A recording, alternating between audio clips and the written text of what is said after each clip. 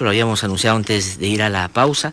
Está ya aquí en nuestros estudios la congresista Mercedes Arauz, que además es segunda vicepresidenta de la República. Ha tenido la gentileza de venir esta mañana para conversar sobre varios temas, algunos, claro, centralmente políticos, otros más de políticas de gobierno, que sería bueno ocupen un poco más de espacio en el debate diario. Congresista Mercedes Arauz, es un gusto saludarla. Buenos días. Gracias por venir esta mañana a conversar con nosotros. Quisiera comenzar yo tratando de caracterizar lo mejor que se pueda.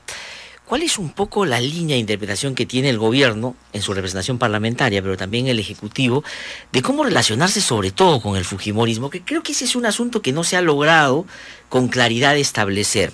Entonces el presidente plantea algunas ideas. Hoy día, por ejemplo, Gilbert Violet en una entrevista en Perú 21 plantea otra. Usted ha dicho ayer en una entrevista larga en el diario Correo que no se necesita una suerte de pacto o alianza, sino una línea de comunicación eficiente que permite en temas centrales ponerse de acuerdo. Pero a la luz de lo que han pasado en estos 10 meses y de cómo se han comportado las partes, ¿qué habría que decir? ¿Cuál es la idea que más o menos ustedes tienen de cómo seguir? Porque además les quedan todavía 4 años. Yo insisto en que debemos abrir una línea de comunicación con la fuerza más grande, que en número importa mucho en el Congreso, y también con otras fuerzas políticas. O sea, creo que no podemos recortar esa posibilidad. Nadie le quita el derecho al Parlamento de hacer investigaciones y estar en la fiscalización de la gestión pública. Creo que eso es parte de nuestra función como parlamentarios. Entonces, obviamente, yo creo que la presión con las interpelaciones y la amenaza de censura lo que genera es una tensión permanente, no justificada, yo creo. Yo creo que no hay que sentir la fuerza de la presión a esos niveles, sino más bien ir hacia, oye, tenemos intereses por el país que son fundamentales. Hay temas como el crecimiento económico, el tema central de la lucha contra la corrupción, el tema central también que yo creo que es valioso, el tema de cómo fortalecer la seguridad ciudadana. Son temas centrales para el país que no podemos soslayarlos, y es lo que nos pide la población. La población, ayer las encuestas eran claras. Sí. La población quiere que haya una conversación, que haya canales de comunicación en vez de tensión, y ven que estamos demasiado tensados. Ahora, pero en este tiempo, solo para ponernos en lo que han terminado siendo las voces oficiales del Ejecutivo a través del presidente y su primer ministro, se ha trasladado desde una lógica de es razonable que inviten a los ministros para preguntarles si no les queda claro algo o para inclusive cuestionarle por algunas prácticas o políticas, a lo que el primer ministro en su momento llamó, están obstaculizando el trabajo del Ejecutivo, y el presidente en Francia acaba de llamar, se están ensañando con nuestros ministros. Es decir, una cosa es lo que la Constitución plantea y otra cosa es ya tratar de arrinconarnos de esa manera. ¿Cómo han llegado? ¿Es una conclusión esa o todavía, digamos, es parte de afirmaciones que van presentándose de acuerdo a algunos elementos que la coyuntura presenta? Lo que me llama la atención es que no estamos en una lectura completa. El primer ministro habló de buscar esto mismo, los diálogos. Sí. Lo que no le gustó, lo que manifestó es: busquemos la fórmula del diálogo en vez de quedarnos en este tipo de presión que pues tampoco está correcta. O sea, esta presión donde todo el día estamos amenazados de censura, sí, todo el día nos acusan. Y lo digo porque me siento en el Congreso y a veces digo, pero acabamos de decir otra cosa y siguen golpeando y diciendo todo lo contrario, ¿no? Entonces, eso fue lo que él dijo. El presidente también vuelve a decir, no, o sea, aceptamos la interpelación, lo que no queremos es que antes de que se haga la interpelación ya están diciendo, los vamos a censurar. No, de acuerdo. O sea, entonces vuelvo a decir, es el discurso que dicen que decimos no es completo, ¿no? El discurso es, señores, vamos a un diálogo, sí, y insistimos en el diálogo antes que jalarnos de la palabrita A o B o Z. Yo creo que lo importante es, hay espacio para dialogar. Hay espacio porque estoy convencida que todas las fuerzas políticas del país quieren logros.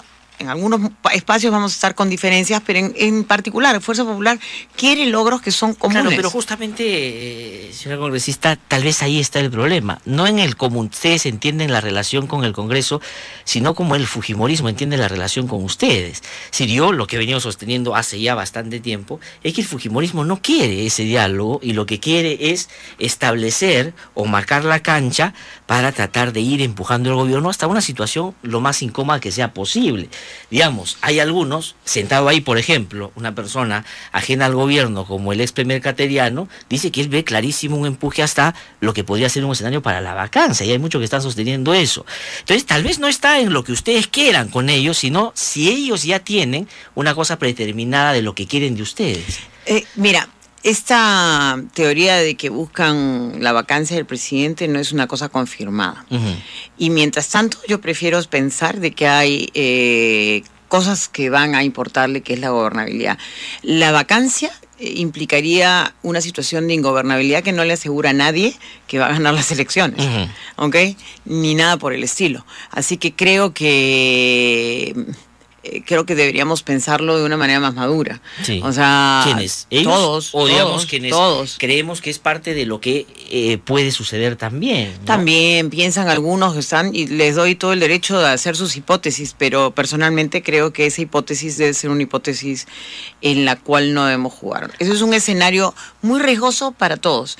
Y así gobernar el país, y a mí me importan los peruanos. Sí. A mí no me importan los gustos de fulano, mengano y sus preferencias de arrinconar el debate a los extremos. Yo creo que debemos ir hacia el centro, hacia donde están los temas de interés central. De acuerdo, pero digamos, en torno a lo que constitucionalmente está establecido y es parte para balancear y equilibrar los poderes, digamos, en la aplicación práctica en funcionarios de este gobierno, ha tenido que ver con circunstancias distintas por las cuales han terminado algunos siendo arrinconados. El propio exministro Saavedra termina censurado por una cuestión donde no se logró probar absolutamente nada que lo vinculaba con un tema de corrupción, por lo cual lo censuraron. Es decir, y claramente había, digamos, una pretensión que protegía determinados intereses que nunca se explicitaron, pero que finalmente le pasaron la factura. Sí, también, pero también hay momentos políticos, ¿no? Y yo creo que también, por ejemplo, Jaime pudo haber tomado una decisión, decir, yo pongo mi cargo a disposición del presidente, abrirle la cancha al presidente y tampoco irse a la situación donde pudo evitarse la censura.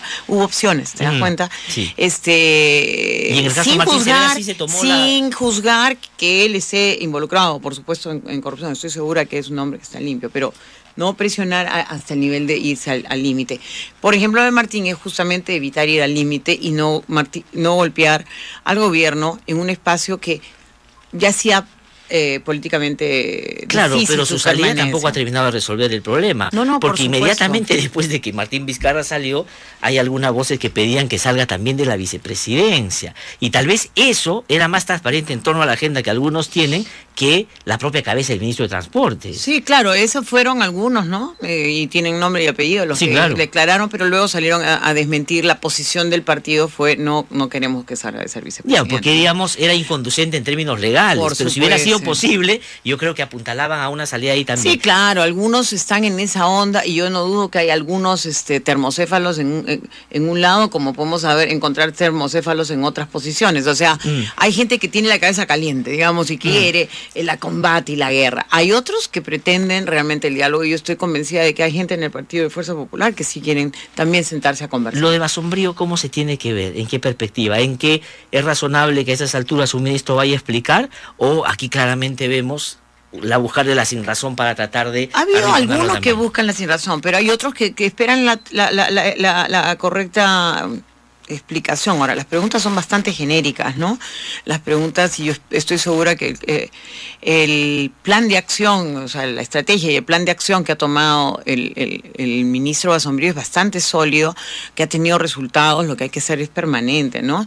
Hay resultados que van de a pocos, porque es una situación difícil la que se ha encontrado.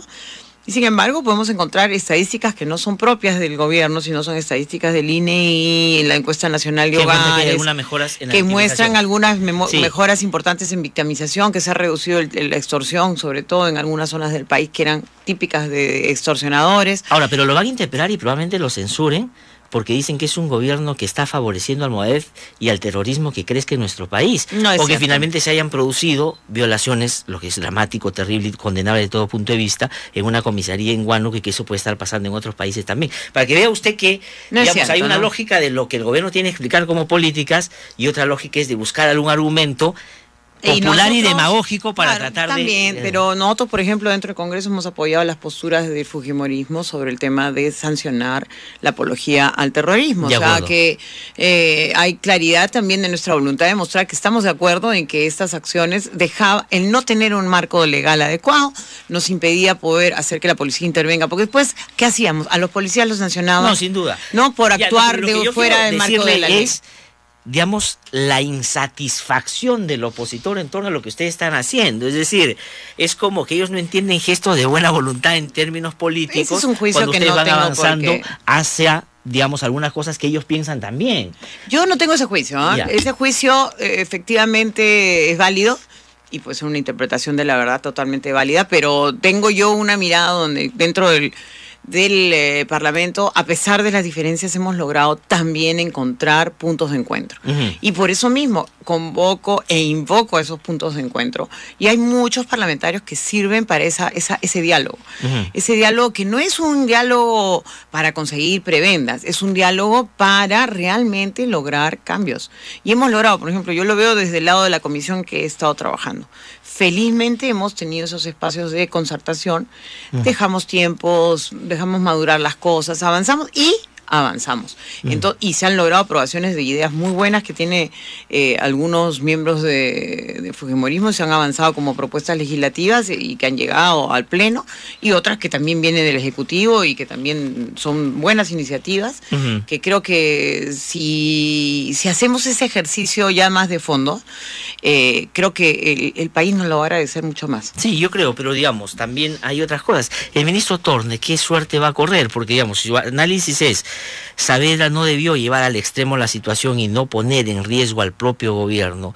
Hizo bien Vizcarra al renunciar antes de que esto estalle, más allá de lo que ya habíamos conocido. Basombrío va a ir y va a explicar. Y en el caso de Torne, ¿qué cosa tendría que pasar? Él está citado a fiscalización el día miércoles 14, si no me equivoco, porque ahorita en estos momentos está con el presidente en un viaje en España en este momento, ¿no? Yo esperaría a su retorno para que dé las explicaciones del caso. Además, bueno, es lamentable que haya funcionarios que puedan grabar conversaciones, ¿no? Lo que prueba que el caso de Contralor es grave, ¿no? O sea, eso es claro, porque igual, editado, ¿no? La contextualización de esa conversación puede estar fuera de un espacio, de un diálogo natural de la conversación. O sea, a mí me parece realmente, la verdad, un asunto grave el hecho de que los audios se difundan sin ni siquiera preguntarse sobre el origen. O sea, eso es una cosa de verdad tremenda. O sea, que no estamos acostumbrados. Además, en un contexto en el que el Contralor está sumamente cuestionado. Pero usted ha sido ministro de Economía, además. Digo, esa conversación con un Contralor es apropiada en términos de que deben tener conversaciones permanentes. ¿Le parece que hay algún nivel de repente equivocado de tratar de convencer al Contralor con asuntos que legítimamente el gobierno puede creer que se tienen que hacer, pero que esas no son las formas? Sí, por eso yo creo que el ministro va a tener que hacer sus descargos en su momento y explicará con más detalle, porque yo no he escuchado todo el audio, pero en muchos casos le dicen lo técnicamente es esto es así, esto es así. O sea, más habla del proyecto de una manera técnica, ¿no? No veo el famoso chantaje tan claro, pero bueno, hay que... Pero sí hay momentos, congresista Mercedes Arauz, donde él claramente dice: oye, mira, yo en la mañana ya firmé el pliego que tú has hecho, y yo algo el presidente él está dispuesto a firmar, pero me ha pedido que te transmita que, digamos, tú colabores en estas cosas porque el país tiene que seguir avanzando, y no dudo que después de eso él va a firmar. Estoy segura que colabore con una mirada integral. Que no se refería concretamente a lo que en ese momento estaba discutiendo. Era Chincheros, o sea, obviamente Chincheros era un modelo, pero todo el tener un ejercicio de transparencia, claridad, de que las obras se puedan hacer, porque hay que primero pensar en una cosa digamos, más macro, ¿no? Estoy segura dentro del marco de todo lo correcto. Pero, bueno, no tengo cómo explicarlo porque yo no soy Alfredo Torne, pero efectivamente él va a venir acá, él va a estar en la comisión de fiscalización explicando, porque él mismo pidió ir a la comisión de fiscalización para explicar con más detalle. O sea, por eso digo, La contextualización es más complicada porque hay que entender los diálogos. Yo he hablado con la Contraloría, con Fuacuri, cuando él era Contralor, yo hablaba de muchos temas con él, inclusive algunas veces nos poníamos de acuerdo en proyectos de ley que él quería presentar y que nosotros desde el MEF también planteábamos que sonaban interesantes, porque a mí desde aquella época queríamos hacer control concurrente con más fuerza, ¿no? Y mirar los riesgos de una manera más técnica, ¿no? Entonces, cuando él había sido creo que recién había sido incorporado, elegido, ¿no? Entonces, sí creo que eso no impide la conversación, ¿no? Ahora, pero los detalles de la conversación, creo que el que los tiene que sustentar es el propio ministro. Sí, claro, pero le parece... Por mi parte, lo que sí me parece grave es el tema de que los actos públicos tengan que verse afectados por esta historia de tener grabaciones, ¿no? Porque uno puede cometer errores en un diálogo o decir algo que de repente no fue apropiado y puede ser malinterpretado, ¿no? Es exagerada entonces la postura de aquellos que piden que el ministro Torne renuncie, además argumentando de que lo que quieren preservar es la imagen del presidente, porque el ministro Torne más de una vez menciona que es el presidente el que le ha pedido que hable con el Contralor. El presidente, estoy segura, lo que le está pidiendo es una mirada integral, ¿no? Entonces, sí es que algo de eso y nunca cuestiona temas ya de la minucia del día a día operativa, ¿no? O sea, son temas que ya tienen a su cargo los ministros, ¿no? Entonces, sí, eso se tomará a su debido momento y el propio Alfredo Torne tendrá que dar sus explicaciones. Pero ¿no le parece exagerado que algunos crean que el paso o la consecuencia lógica de todo esto debería ser o que el ministro renuncie o que sea censurado? Por eso digo, se presta tantas interpretaciones cuando uno lo graban, porque no está dentro de una contextualización real, que puede parecer pues que a la gente le puede cuestionar eso, cómo dijo algo así, qué dijo, por qué dijo esto. Entonces, o sea, uno graba las cosas. A ver, cuando uno graba un programa de radio, está grabando un contexto determinado. Esto estamos grabando algún contexto que de repente no lo conocemos y ese contexto probablemente no ha dado pie a una conversación clara, ¿no? No se entiende bien las cosas. La conclusión suya es que venga, que explique y ahí se verá qué ruta se sigue. Sí, por supuesto. No tienen ustedes, o por lo menos usted, a diferencia de lo que han expresado algunos de sus colegas parlamentarios de bancada, que ha sido una defensa más cerrada al ministro, diciendo que ahí no hay absolutamente nada que pueda configurar una falta grave. ¿Está de acuerdo usted con lo que plantea su colega de bancada, que además es el presidente del partido de gobierno, de que, si bien es cierto, es julio el momento apropiado para evaluar y hacer un balance sobre el funcionamiento del Ejecutivo, que si se reconfigura debería ser un gabinete multipartidario? Inclusive le pregunta el periodista en Perú 21 hoy día y le dice, pero para que sea multipartidario tendría que estar el fujimorismo. Él dice, claro que sí, pero ellos no van a querer porque Keiko ha dicho que de ninguna manera. Pero él dice, debería estar Alianza para el Progreso, el APRA y Acción Popular. Mira, son opciones que puede tener el presidente, pero los momentos de cambio de gabinete no tienen nada que ver con las fechas. A mí, cuando yo era ministra y he estado 5 años de ministra, cada vez que nos presionaban era siempre alrededor de 28 de julio. Y los cambios pueden suceder en cualquier momento. Así que no creo que sea el momento de presionar al presidente diciéndole ni siquiera cuál es la composición, porque esa es una decisión presidencial. Sin embargo, vuelvo a insistir, nuestros diálogos con todas las bancadas tienen que estar presentes. Ya, pero eso es una cosa distinta, que es diferente. Que en el Ejecutivo. Sí, y que pudiera haber alguien de simpatizante a Prisa o de APP o de Acción Popular, tampoco es una cosa negada. Lo que pasa que digo es que esas decisiones las toma el presidente con su primer ministro, primero, la bancada no tiene por qué opinar de eso. Segundo, es el momento de abrir el diálogo con todas las fuerzas políticas. Y de hecho yo, por ejemplo, suelo conversar mucho con APP, también con el APRA, converso mucho con AP, acabo de estar anteriormente con Víctor Andrés García Belaúnde. Víctor Andrés García Belaúnde, porque encontramos puntos donde él ha dicho que sí estaría dispuesto por lo menos a escuchar el planteamiento del gobierno, si es que abarca al conjunto representado en el Congreso de las agrupaciones políticas. O sea, digo, la idea no es mala, lo único que digo que tiene su momento, si no tiene que ser 28 de julio, puede ser en cualquier momento, cuando el presidente lo decida y si realmente necesita hacer cambios, porque también algunos de los que están ahí trabajando son de excelentes y están dando muy buenos resultados. Entonces, pero como usted dice, son algunos, pero algunos pueden no estar a ese mismo ritmo y por lo tanto el presidente debería, y tiene legítimo derecho, de repensar también con quién seguir colaborando. digamos, esas cosas son conversaciones que se mantienen dentro del gabinete, con el gabinete y la bancada, no tiene que ser... ¿Y está usted de acuerdo con lo que el presidente ha hecho en términos prácticos al romper lo que inicialmente había sido un acuerdo de que parlamentarios no podían ser ministros para reforzar justamente su accionar en el Congreso a propósito del nombramiento de Pedro Laechea? No, me pareció muy bien que fuera Pedro, porque además Pedro es un tipo que técnicamente es impecable, él ha sido presidente de la Sociedad Nacional de Industrias, entonces su vinculación con el sector privado es saludable, además un hombre moderno en ese sentido, y por otro lado, un hombre que abre diálogos, o sea, cuando él ha trabajado y lo ha demostrado muy bien en la Comisión de Presupuesto como vicepresidente, realmente ha facilitado el diálogo ejecutivo Congreso, Parlamento. Entonces yo creo que sí es un buen hacedor en este caso. Obviamente lo extrañamos porque digamos, ahorita mismo, o sea, somos los que estamos en bancada repartiéndonos más el trabajo, ¿no? Ahora, pero en este repensar del Ejecutivo, ¿usted creería que no sería del todo una buena idea seguirse llevando parlamentarios al Ejecutivo? Por más que puedan contribuir y colaborar, digamos, pienso que hay varios de ustedes que tranquilamente podrían ser ministros, pero también hay que mantener, sobre todo en el Congreso, un nivel de participación muy activa, sobre todo cuando hay una oposición pues muy beligerante como la mira, sobre todo, ¿no? Depende, ¿no? O sea, pueden haber congresistas nuestros que puedan participar y hay unos muy buenos que pueden participar, si ayudan al diálogo con el Parlamento. Y eso no impide, ¿no? Pero bueno, creo que esas son ecuaciones, esas decisiones las tendrá que tomar el presidente en su momento. Pero una cosa que ustedes sí van a tener que decidir es qué hacen con la mesa directiva en el Parlamento. Ya tienen una idea clara de, como Peruanos por el Cambio, si van a participar, por ejemplo, de alguna lista para tratar de llegar a presidir el Congreso.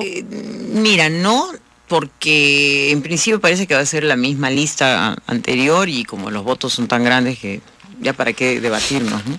Entonces queda claro que está bien y tienen el número de votos como para hacer una lista única. Ahora, si hay una invitación, si nos conversan, lo conversaremos, ¿no? Pero ahora, Víctor Andrés García Belaúnde más bien es de la idea de que un gesto del fujimorismo podría ser no encabezar el próximo Congreso para tratar de extensar un poco la relación del Ejecutivo con el Congreso, que sería interesante, porque podría ser otro parlamentario, y puso el ejemplo inclusive Valentín Paniagua en su momento, que era, digamos, uno de los congresistas que accedió al Congreso con menos votación que el resto, pero por la solvencia que él, además, le impregnó en su corto periodo de transición, hizo un buen papel.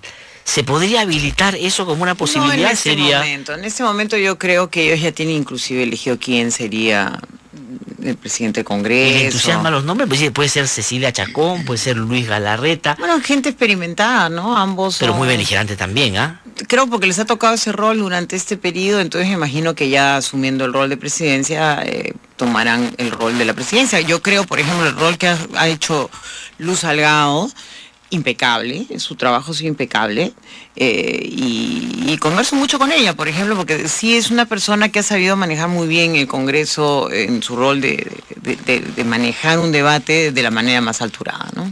Y la reelección podría ser una cosa que con Luz Salgado ahí facilite ese diálogo que se ha iniciado, porque hay algunos dentro del fujimorismo inclusive, con los que yo he conversado, que no tienen necesariamente la postura de los voceros que son mucho más peleones, si uno quiere, sino dicen, inclusive Luz Salgado ha logrado atemperar algunas cosas. Luz, la verdad, es una señora muy seria y muy preparada políticamente, claro, su experiencia es larga, y creo que ha sabido hacer de este Congreso un Congreso en el cual se puede manejar el debate y algunos momentos pues se han exaltado las voces, pero en general ha logrado que esas voces exaltadas se calmen y se vuelva al debate otra vez los temas. ¿Le parecería a usted una buena idea? Sería fantástico. A mí me cae muy bien ella, me parece pero creo que ya se ha tomado la decisión que haya rotación. Ellos van a decidir, porque en fin, finalmente parecería que hay una competencia en torno a quién quiere ser el presidente o reemplazar a Luz Salgado. El indulto de Fujimori, ¿por qué el presidente cada cierto tiempo vuelve? Esto es como que nadie le dice y empieza Esta conversación con el diario El País ha sido hace más de 2 semanas. Sí. Claro, la han publicado recién porque están haciendo un foro hoy sobre ese tema. Ese tema le había generado problemas al gobierno. Hace 2 semanas el tema estaba en el mapa. Usted político. Lo que dice es que él opinó cuando el tema está en debate. Estaba en el debate. No es una nueva declaración. No es una nueva declaración. Quiero ubicarla en el tiempo. El tema está totalmente ahí. O sea, nosotros no vamos a opinar más sobre ese tema. De acuerdo. Y sobre la agenda, esa que usted reclama, y creo que la gente espera esté mucho más en el centro del debate político, ¿qué debería, desde su punto de vista, plantear de manera inevitable? El tema de la economía, por ejemplo, ¿cómo se va a hacer? Porque finalmente y lamentablemente hemos tenido, por lo menos en este último periodo, 2 ingredientes que han hecho la cosa más compleja. Uno es el fenómeno del Niño costero, y el otro es lo que Lavallato ha traído consigo y está por traer todavía. En ese escenario, las expectativas del gobierno se han ido como, digamos, relativizando un poco, con razón, porque no se puede ser tan optimista cuando uno tiene estas cosas que no las tenía previstas. Pero ¿qué cree usted, que ha sido ministro de Economía, es posible creer que vamos a tener este año en materia económica? A ver, creo que hay 2 espacios que tenemos que hacer en materia económica. Uno, impulsar fuertemente la inversión pública y en particular el trabajo que hay que hacer con el tema de la reconstrucción. Ahí, por ejemplo, logramos acordar, y trabajando duro con las otras fuerzas políticas, hacer un acuerdo de fondo para poder apoyar la reconstrucción. De hecho, ya hay un proceso de rehabilitación y atención al ciudadano que se está dando ya con inclusive las unidades de viviendas temporales que se están haciendo, ¿no? Y toda la atención temporal, pero hay que ya estamos en este proceso donde el plan, me imagino, pronto lo va a presentar el señor de la Flor, sí. Pero además ya están empezándose la reconstrucción de varias vías y cosas que, por ejemplo, todo lo que es la Panamericana Sur ya está habilitada completamente, o sea, entonces todo lo que es inversión pública, por el lado de la reconstrucción y por el otro lado, impulsando realmente las obras públicas a nivel local y regional, creo que son fundamentales. Para reactivar la economía. El otro lado es importante, es impulsar la inversión privada. Creo que hay mejoras en los precios internacionales, eso nos va a ayudar a ser atractivos, pero no podemos poner iniciativas que puedan bloquear el desarrollo de estas actividades privadas, porque podemos romper la cadena de pagos que hay en la economía. Por eso creo que nuestras iniciativas tienen que ser más medidas, no apasionadas, ¿no? Puede ser que sí nos disguste. Por ejemplo, las empresas que, siendo importantes en términos de su magnitud y la cantidad de construcciones, sobre todo en materia de infraestructura, han hecho en los últimos años, no deben salir del mercado por haber tenido un vínculo con empresas que están cuestionadas por corrupción? Claro, porque no tengo pruebas de que sean culpables necesariamente, entonces podemos ir a hacer otro tipo de acciones para hacer posible que participen y mejoren sus directorios, que mejoren su gestión, inclusive que hagan signos, ¿no? Digamos, las empresas para mostrar de que están saliéndose de sus prácticas y que más bien nos muestren claramente que tienen planes anticorrupción bien planteados, planes de integridad, en fin. ¿Eso aplica solo para las empresas peruanas que estuvieron consorciadas o también para aquellas como Odebrecht, Camaury Correa, OAS, que están cuestionadas? Porque en Brasil el esquema es distinto. Sí, en Brasil lo que hacen es, una cosa es la imputación penal para los directivos y lo que a Brasil le interesa es que la empresa pague por los delitos que cometió en términos monetarios también. Entonces la única manera que Odebrecht y las otras dicen es, déjame seguir trabajando, yo trabajo, produzco y de eso te pago todo lo que es reconocido y cometido como delitos. ¿Eso debería aplicarse en el Perú? Con ciertos límites, por eso se mandó el decreto 003, porque lamentablemente esos compromisos que hacen con su país, digamos, hace que difícil la delación.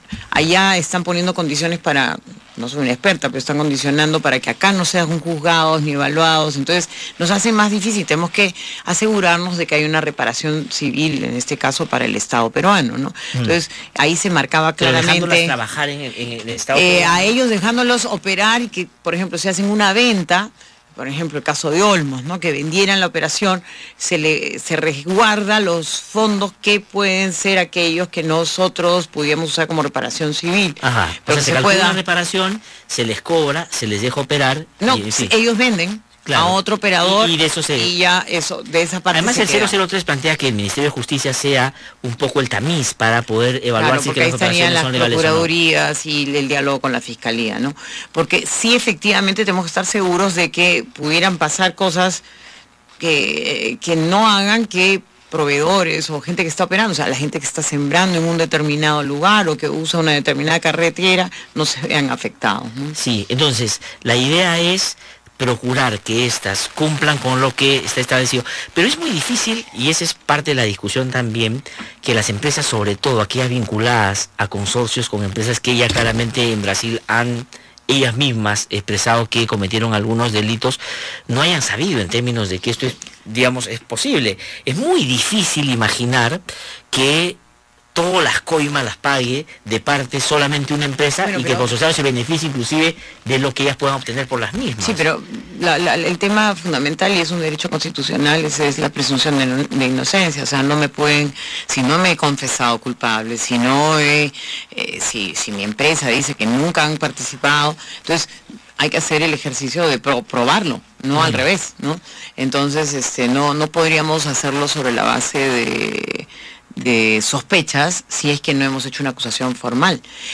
Si la hay, por supuesto, esos entran dentro del paquete, ¿no? Pero esa tiene que venir por la parte de la Fiscalía y del Poder Judicial. Que claro, pero eso, digamos, se hace más fácil cuando hay una confesión de parte, porque ya te atribuyes tú la responsabilidad de cometer un delito. Pero hay algunos que dicen, no, hasta que no se demuestre judicialmente en sentencia firme de que yo soy culpable, yo puedo seguir actuando sin un problema, que es el principio constitucional que debe aplicarse para cualquiera. Así es. Pero claro, digamos, siendo parte del mismo problema, unas van a tener más tiempo que otras para seguir ganando dinero. Esa es la discusión. Sí, digamos. pero vuelvo a insistir, o sea, hay un principio fundamental, ¿no? Que es un derecho además, o sea, no me pueden acusar de algo falsamente y decirme eres culpable y por lo mismo tener sanciones antes de haber sido juzgado y habiendo hecho las correctas investigaciones del caso dentro de la Fiscalía y luego obviamente ya a nivel de Poder Judicial, ¿no? ¿Y usted cree que el sistema de justicia está actuando debida y eficientemente para tratar de identificar lo más rápido que se pueda los responsables y resguardar lo que un Estado democrático debería,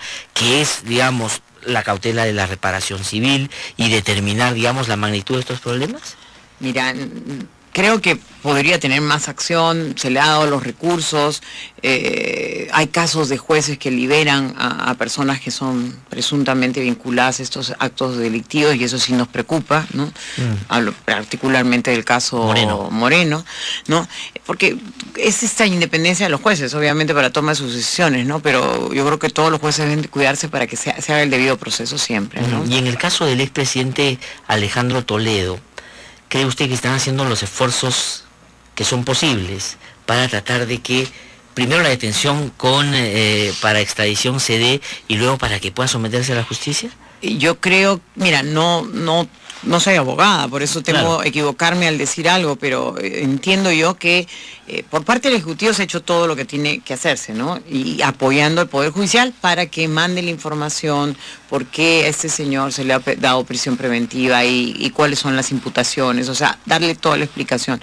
Ahora se está en la cancha del Departamento de Justicia en los Estados Unidos, o sea, me imagino que ellos evaluarán el documento que ha enviado el Poder Judicial. Sí, y la última pregunta que tengo que hacer, porque tengo que cortar ya, lamentablemente, y tiene que ver con qué hacer para no ir solo por la situación concreta en torno a estos problemas que han aparecido con asuntos vinculados al consumidor, es decir, que te están vendiendo productos que no son los que tú aprecias de un primer momento. La gente no debería, porque hay algunos que dicen es que los ciudadanos deberíamos ser más cuidadosos de leer en detalle qué cosas estamos consumiendo, pero en los países donde no te engañan, tú lo que ves es lo que entiendes tiene el producto, no tienes que hacer el segundo ejercicio. Pero ¿qué hacer para que no sea un producto o un problema de a pura vida se le sanciona, entonces salen a pedir disculpas, se le quita la vaquita y todo regresa a la normalidad? No, hay que sancionar el tema de la publicidad engañosa. O sea, ha habido definitivamente un elemento de publicidad engañosa hasta donde cabía la empresa.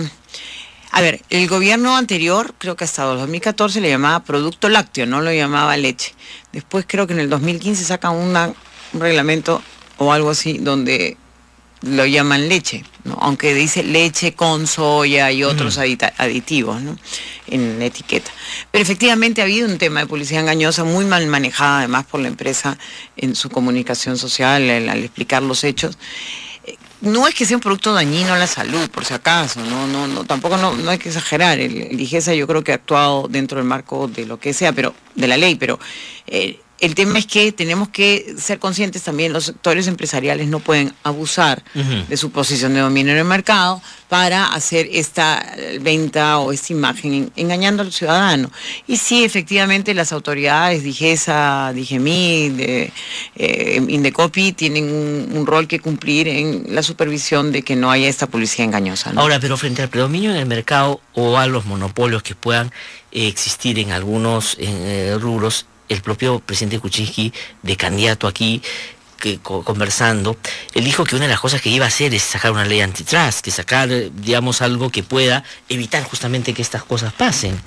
Bueno, un tema es discutir el tema de defensa del consumidor, sí, que es un tema totalmente... Sí, el tema antitrust está en la mesa, en el debate, en el Congreso. Todavía hay posiciones en las cuales se plantean, uno, que si hay una posición de análisis, además tenemos una ley antitrust, ¿no? Nosotros sí tenemos una ley antimonopolio. Lo que hacemos es una evaluación ex post y no una evaluación ex ante. Entonces la posibilidad de una evaluación ex ante se hace de diferentes maneras. Una es, por ejemplo, el tema de la abogacía de la competencia, ¿no? Y eso está viéndose dentro del marco de la OECD. Hay un debate. Hay otros que plantean, sí, tener una evaluación ex ante de los monopolios. Como digo, hay un grupo de trabajo acá en Perú sobre ese tema.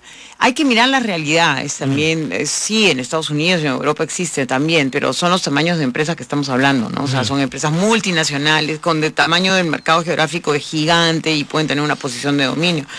Pongamos el ejemplo de la cerveza que terminó comprando todas las cerveceras del mundo, ¿no? Y tuvieron que ser obligadas a vender una parte para poder no tener una posición dominante en el mercado global. A veces una empresa que se aglomera o se consolida o se fusiona en el Perú es un mercado tan pequeño y no tiene posición dominante frente al mercado porque su competencia no es local, sino es competencia global. Por eso el análisis tiene que ser muy cuidadoso. La presidencia de ese grupo de trabajo la tiene dentro de la Comisión de Economía, actualmente la tiene el congresista Jorge del Castillo y se ha hecho bastante debate en esa mesa con temas muy interesantes de hasta dónde podría llegar esta legislación de aumentar o fortalecerla en materia de antitrust. ¿Realmente tenemos que tener un control de fusiones previo o solamente puede ser a través de un mecanismo de abogacía de la competencia? Ahorita, Mercedes, muchísimas gracias por haber venido. Muchas gracias. Seguramente otra oportunidad para seguir conversando. Muy amable. Muchas gracias. Que le vaya muy bien.